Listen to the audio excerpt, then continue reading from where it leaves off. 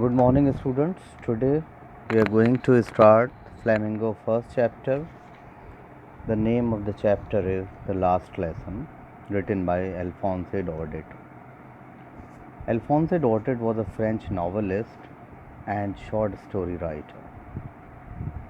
The Last Lesson is set in the days of the Franco-Prussian War, in which France was defeated by Prussia, led by Bismarck. Prussia then consisted of what now are the nations of Germany, Poland, and parts of Austria.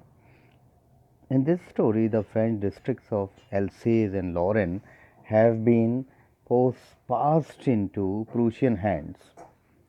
The story deals with the theme of language imposition and language loyalty.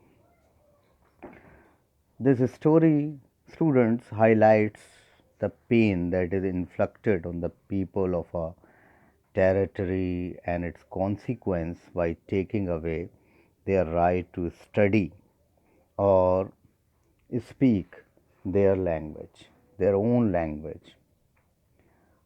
So let us see what is the summary.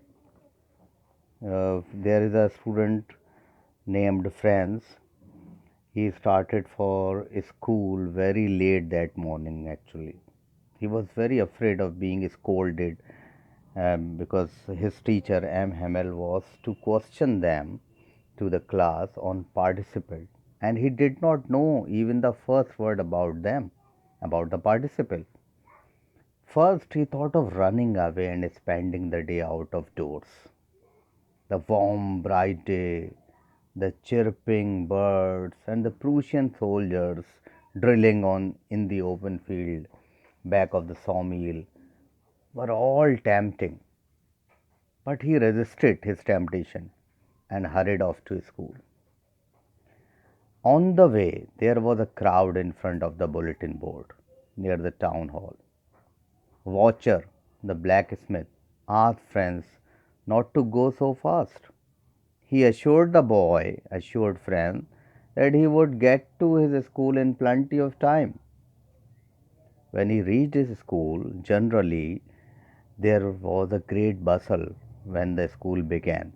But that day, everything was as quiet as Sunday morning. Through the window, Franz saw his classmates were sitting there in the class. They were already in their places, and M. Hamel was walking up and down with his terrible iron ruler under his arm. Franz opened the door and went in. He blushed and was frightened. M. Hamel very kindly asked him to go to his place. Franz noticed that their teacher had put on his beautiful green coat, his frilled shirt, and the little black silk cap, all embroidered. He wore he wore this kind of dress on inspection day, either on inspection day or on prize days. The village people were sitting quietly on the usually empty back benches. Everybody looked sad, and the hawser had brought that old primer. Primer is an elementary book, so he brought that book, elementary book primer. M. Hamel, the teacher, said it was the last lesson he would give them. Henceforth, only German was to be taught in the schools of Alsace and Lorraine. The new master would come the next day. This was their last lesson of French. So he wanted them to be very attentive. Franz felt sorry that he had not learned his lessons properly earlier.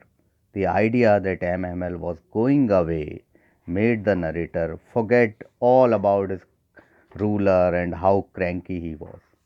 Now Franz understood why M. Hamel had put on his fine Sunday clothes and why the old men of the village show their respect for the country that was theirs no more now. M. Hamel asked Franz to recite, but he stood silent there.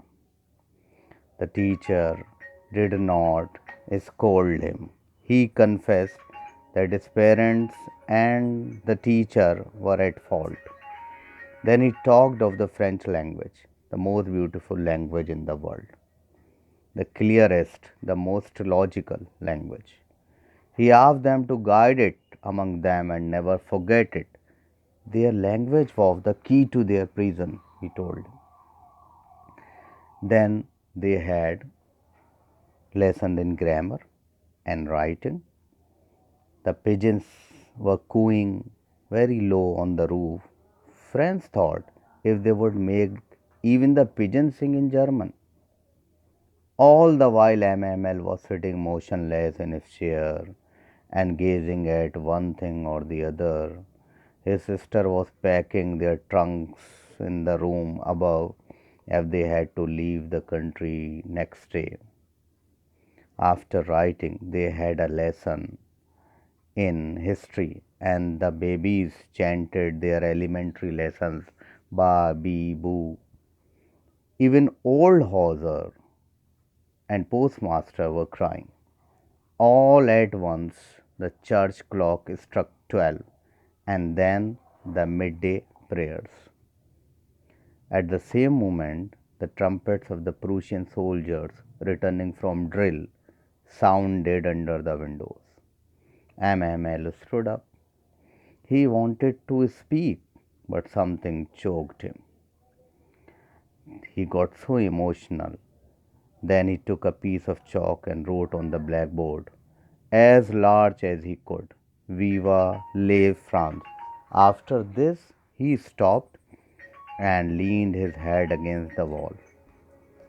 Without a word, he made a gesture with his hand to indicate that the school was dismissed and they might go. Hope everybody has understood it.